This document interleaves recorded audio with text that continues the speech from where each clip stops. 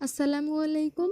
Ramzan special আজকে বানিয়ে দেখাবো বেসন কিংবা চালের গুঁড়া ছাড়াই মুচমুচে ডালের পেঁয়াজু। আজকে কিন্তু পেঁয়াজু সংরক্ষণের দারুণ একটি পদ্ধতি শেয়ার করব, যেটা কিনা পুরো রমজান মাসের জন্য বানিয়ে ফ্রোজেন করে খেতে পারবেন। সেই সাথে কিভাবে পেঁয়াজু ভাজলে 3 থেকে 4 ঘন্টা মুচমুচে ভাব বজায় থাকবে সেই পদ্ধতিটাও বলে দিব। তাহলে আর দেরি কিসের, চলুন শুরু করি। পেঁয়াজু বানানোর জন্য প্রথমেই বাটিতে হাফ কাপ দিয়ে দিচ্ছি মসুর ডাল, সেই সাথে হাফ কাপ দিয়ে দিচ্ছি খেসারির ডাল। আপনি চাইলে শুধু মসুর ডাল কিংবা খেসারি ডাল দিয়েও বানাতে পারবেন, তবে খেসারি আর মসুর ডাল মিক্সড করে পেঁয়াজু বানালে পেঁয়াজুগুলো অনেক বেশি মুচমুচে হয়, সেই সাথে স্বাদও অনেক ভালো আসে। এখন এই ডালের মধ্যে আমি পর্যাপ্ত পরিমাণে পানি দিয়ে ভালোভাবে কচলে কচলে ধুয়ে নিয়েছি। যতক্ষণ পর্যন্ত না ডালের পানিটা পরিষ্কার হয়ে আসবে ততক্ষণ পর্যন্ত পানি পাল্টে পাল্টে এভাবে করে ধুয়ে নিতে হবে। এখন পর্যাপ্ত পানির মধ্যে এভাবেই 30 মিনিটের জন্য ডালগুলো ভিজিয়ে রাখতে হবে।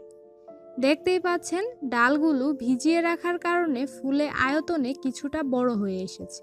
এ পর্যায়ে ডালের এই বাড়তি পানিটুকু খুব ভালোভাবে ফেলে দিয়ে তারপর বেটে নিয়েছি। এই ডাল বাটার মধ্যে বাড়তি কোনো পানি দিতে হবে না। দেখতেই পাচ্ছেন ডালগুলো কিন্তু একেবারে মিহি পেস্ট করিনি, এরকম আধা ভাঙা রেখেছি। এভাবে আধা ভাঙা করে ডাল বেটে পেঁয়াজু বানালে অনেক বেশি মুচমুচে হয়। এখন এই ডালের মধ্যে হাফ কাপ দিয়ে দিচ্ছি পেঁয়াজ কুচি। আপনি চাইলে পেঁয়াজের পরিমাণ এখানে আরও বাড়িয়ে দিতে পারবেন। স্বাদ মতো দিয়ে দিচ্ছি কাঁচামরিচ কুচি, 1 টেবিল চামচ দিয়ে দিচ্ছি ধনিয়া পাতা কুচি, তারপর 1 চা চামচ দিয়ে দিচ্ছি আদা রসুন বাটা, আরও দিয়ে দিচ্ছি 1/4 চা চামচ হলুদের গুঁড়া, স্বাদ মতো দিয়ে দিচ্ছি মরিচের গুঁড়া, হাফ চা চামচ দিয়ে দিচ্ছি জিরা গুঁড়া, সেই সাথে স্বাদ মতো দিয়ে দিচ্ছি লবণ। এখন পেঁয়াজের সাথে মশলাগুলো আগে ভালোভাবে মিশিয়ে নিয়েছি, তারপর সবকিছু একসাথে করে ডাল বাটার সাথে ভালোভাবে মাখিয়ে নিয়েছি। এই পেঁয়াজুর মিশ্রণটা এমনিতেই আঠালো হয়ে যাবে।